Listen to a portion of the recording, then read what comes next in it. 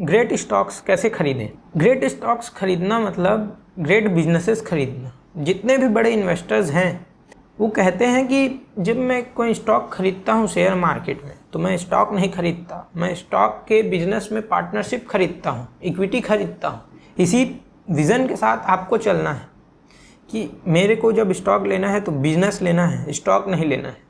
और इसका मतलब ये हुआ कि आपको अच्छे बिजनेसेस खोजने होंगे असल ज़िंदगी में, तब आप अच्छे स्टॉक्स ले पाएंगे। अब अच्छे बिजनेसेस खोजे कैसे? सीधा सा एक ऑप्शन है buy what you see concept का, कॉमन सेंस इन्वेस्टिंग का। बहुत आसान, बहुत सरल, जानते हैं इस वीडियो में। और क्या है कि ये बात यहीं पे ख़त्म नहीं हो जाती है कि आपने buy what you see concept लगाया और कंपनी खरीद लिया, हो गया, मल्टी बैगर मिल गया। नहीं, ये बात बहुत दूर चलती है।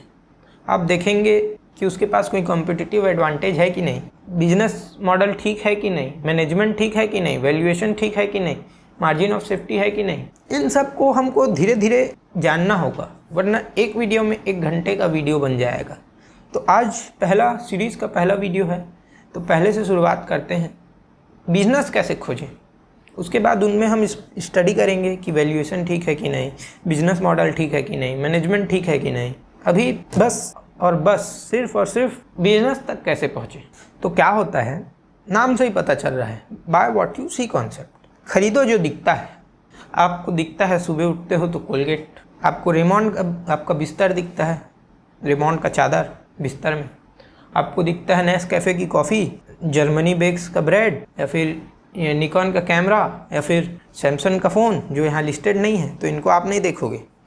और आपको दिखता है मारुति की कार जिसमें शायद आप ऑफिस हैं, या फिर बुलेट, आइचर मोटर्स, हीरो और होंडा अलग अलग। तो ये सब आपको कंपनीज दिखें, अब इसी को आप खरीद लें। शेयर मार्केट में जाकर डीमैट खोलें, उसमें सर्च करें हीरो, उसमें सर्च करें नेस्कैफे, नेस्ले जो नेस्कैफे के अंडर आती है। इसके लिए थोड़ा दिमाग चलाएं कि कौन सी कंपनी किसके अंडर आती है।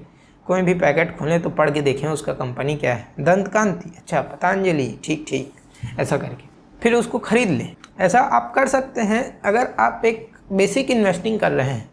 अगर आपको चौके छक्का मारना है, अगर आपको मल्टी बैगर पकड़ना है, तो ये इतने बस से काम नहीं चलेगा। इतना आसान भी नहीं है स्टॉक मार्केट, क्योंकि ऐसा जब आप कंपनी खरीदेंगे तो आप वही कंपनी खरीद पाएंगे जो स्टेबलाइज्ड हो चुकी है, जो लोगों तक पहुंच चुकी है। जैसे नेस्कैफे, ग्रोथ बचा ही नहीं है, नेगेटिव में ग्रोथ करते हैं लोग। यूनिलीवर बहुत बड़े हो चुके हैं, मारुति बहुत बड़ी कंपनी हो चुकी है ऑलरेडी, आइचर बहुत बड़ी कंपनी हो चुकी है।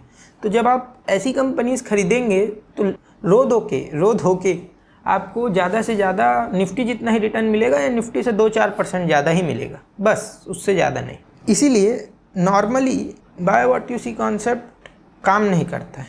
अगर आप कहें एक पर्सपेक्टिव से काम नहीं करता है, बहुत कम रिटर्न मिलता है, क्योंकि आप देख ही वैसी कंपनीज को पाते हैं जो ऑलरेडी हो चुकी। आपको तो चाहिए जो हो, आपको तो नया मल्टी बैगर खोजना है। ऑलरेडी जो मल्टी बैगर हो गया है उसको नहीं लेना है।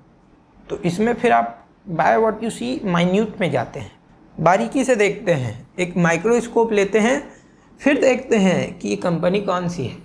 सही में नहीं, मगर इस कंपनी के पीछे के और क्या कंपनीज़ हैं, और अगर लोग इतना टूथपेस्ट कर रहे हैं, इतने साल से कर रहे हैं, तो उससे क्या प्रॉब्लम आ सकता है। मतलब और डिटेल में जाते हैं, वहीं पर नहीं रुक जाते हैं।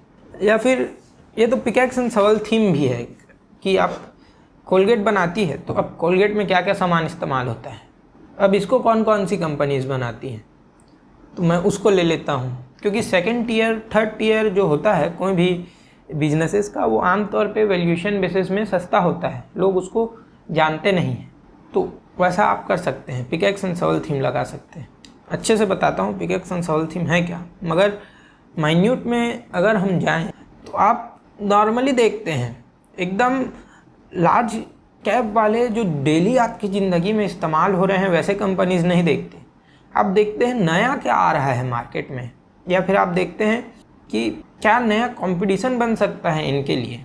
तो आप ये देख सकते थे जब पतंजलि शुरुआत में आई तो ये तो बहुत बढ़िया कर रही है, ऊपर से बाबा रामदेव, मैनेजमेंट का बात बाद में करेंगे, मगर नॉर्मली कंपनी बेसिस में भी बहुत बढ़िया कर रही है, तो आप पतंजलि ले सकते थे।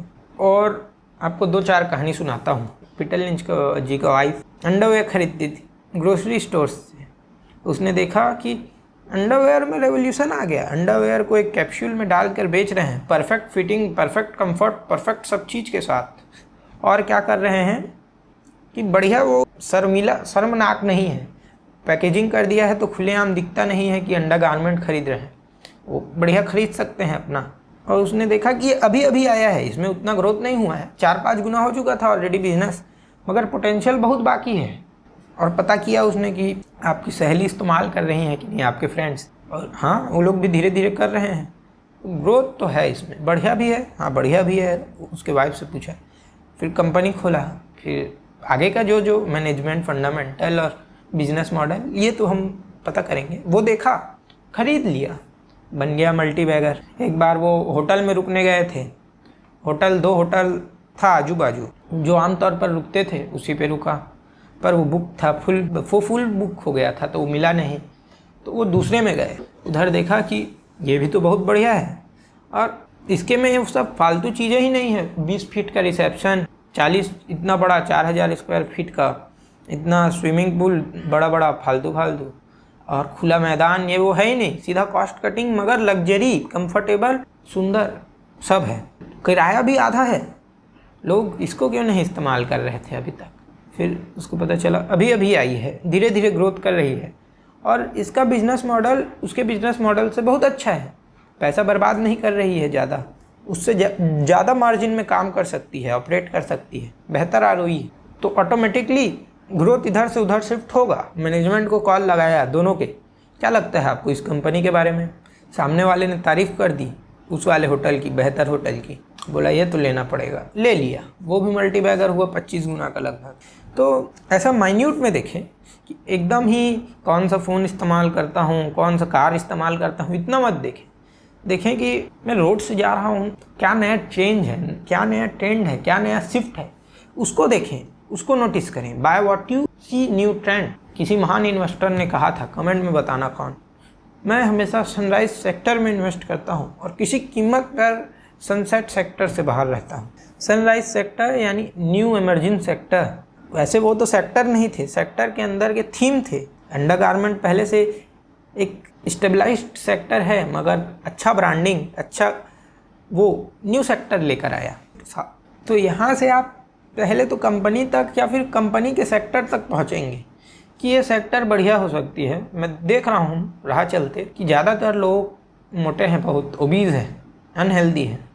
अभी अभी कोरोना आके गया है, कोरोना के वैक्सीन के कारण बहुत हार्ट अटैक आ रहा है, तो मैं क्या कर सकता हूँ, हार्ट अटैक स्टॉक ले सकता हूँ, हार्ट अटैक रिलेटेड स्टॉक्स ले सकता हूँ, हार्ट प्रॉब्लम रिलेटेड स्टॉक्स ले सकता हूँ, ओबेसिटी प्रॉब्लम रिलेटेड स्टॉक्स ले सकता हूँ, और वो शायद एक मल्टी बैगर स्टॉक हो, एक बेट, एक पॉसिबिलिटी बनती है, ग्रोथ अपॉर्चुनिटी।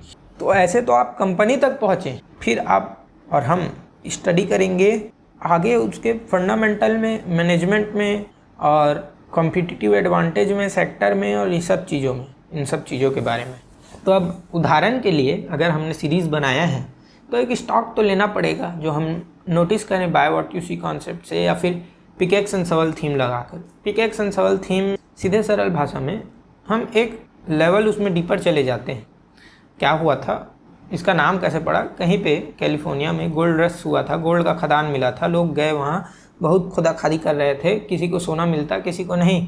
एक आदमी ने दिमाग लगाया, बोला नहीं, हम भी बेवकूफ़ जैसे खुदाखादी नहीं करेंगे, हम वही बन जाते हैं कि हम इनको हमारा जीन्स और कुदाड़ी पिकेक्स ही बेचने लग जाते हैं, तो इनसे ज़्यादा ही कमाएंगे, सर्टेनिटी से ही कमाएंगे। तो ऐसा होता है पिकेक्स एंड सवल थीम। आप डायरेक्ट कंपनी ना लें जो खुदाखादी कर रहे हैं, जो खदान से सोना निकाल रहे हैं, बल्कि आप वो कंपनी ले लें जो खदान वालों को इक्विपमेंट प्रोवाइड कर रहे हैं। एक लेवल डीपर चले जाएं, यानी नेस्कैफ़े लेने के बजाय नेस्कैफ़े को जो कॉफ़ी बेचती है वो कंपनी ले लें। अच्छी हो या ना हो वो आप फिर जज करेंगे ना, जज करना पड़ेगा जैसा भी, मगर बिना जज किए एक कंपनी तो मिली आपको कि ये भी एक पोटेंशियल है। तो एक अब आपको मैंने बता दिया कि स्टॉक तक कैसे पहुंचते हैं। तो अब उदाहरण के लिए एक स्टॉक पकड़ ही लेते हैं और धीरे धीरे उसमें स्टडी करते हैं। स्मॉल कैप स्टॉक तो मैं ले नहीं सकता, मगर लार्ज कैप ही लेना पड़ेगा मजबूरन, जो आमतौर पे उतना बड़ा मल्टी बैगर नहीं होगा, मगर स्टडी बेसिस में ठीक है। तो कहानी बनाते हैं। मैं राह में चल रहा था। मैंने देखा कि लोग बहुत मोटे हैं, तो मुझको हार्ट अटैक स्टॉक ले लेना चाहिए। डीप रिसर्च दबाया। अब पूछा, ए भाई मेरे को बहुत सारे स्टॉक बताओ जो इस सेक्टर से, हार्ट अटैक सेक्टर से रिलेटेड हो। वैसे आप इसको भी पता कर सकते हैं कि कौन सा सेक्टर बढ़िया है। सनराइज सेक्टर है, पोटेंशियल का सेक्टर है।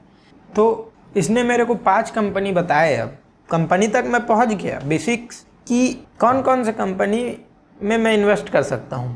मैं करूंगा 10, एक कंपनी का तो पोर्टफोलियो नहीं बनाऊंगा। मैं बनाऊंगा मगर आप नहीं बनाएंगे, तो उसी से जज कर रहा हूँ। तो 5 कंपनी, 10 कंपनी में से एक कंपनी मिली मेरे को, वो होगा health care heart attack section से। अब इस एक कंपनी में मैं कौन से कंपनीज लूँ? एक ही कंपनी लूँ? है तो 100 हार्ट अटैक वाले शेयर होंगे, तो एक कौन सा सबसे बेस्ट है? अब मैं ये जज करूँगा। तो 4 तो दे दिए इसने, और मैं 100 तो अब आपके सामने नहीं खोलूँगा, 4 ही ले लेते हैं नाम। सन फार्मास्यूटिकल, सिप्ला, लुपिन, टोरेंट पावर, डॉक्टर रेड्डीज। 4 कंपनीज तक मैं पहुँच गया।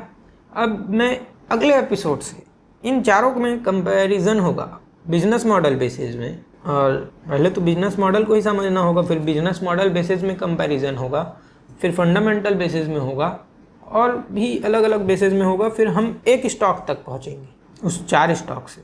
तब तक के लिए इस सीरीज़ के अगले वीडियो का इंतज़ार करें, और धन्यवाद।